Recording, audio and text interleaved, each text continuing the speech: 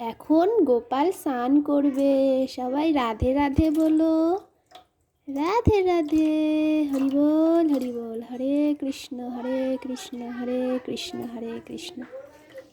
তো জলটা কিন্তু গরম। আমি জল গোপালকে স্নান করার জন্য ছাদে রোদে দিয়ে আসি। তো এখন স্নান হয়ে গেছে, এখন আমি গাটা মুছে দেব। দেখে নাও সবাই আমার গপুকে।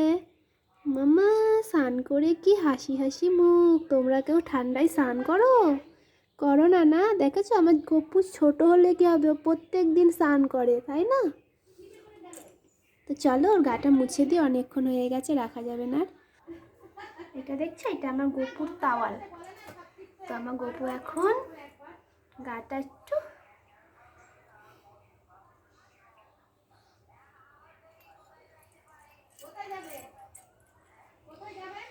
শ্রীকৃষ্ণ গোবিন্দ হরে মুরারি হে নাথি নারায়ণ বাসুদেবা শ্রীকৃষ্ণ গোবিন্দ। জলটা সরিয়ে রাখি।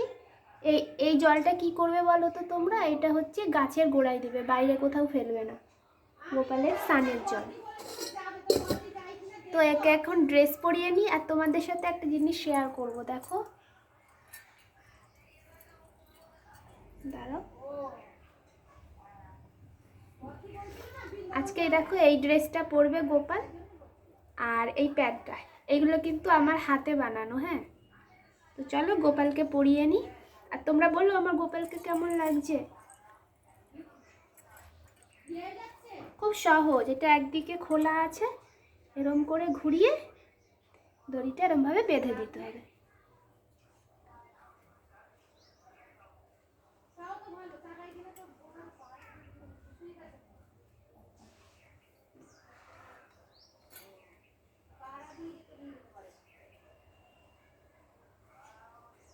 তো প্যান্ট পরা হয়ে গেছেই দেখো, এবার জামাটা পরবেই। উড়ে যাচ্ছিল সোনাটা।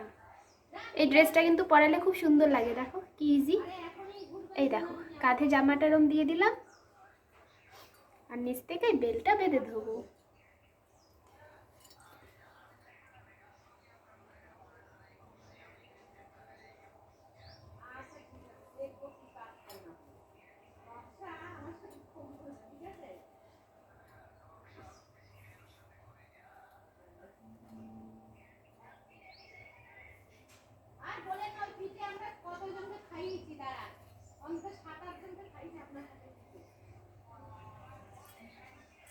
এই দেখো কেমন লাগছে।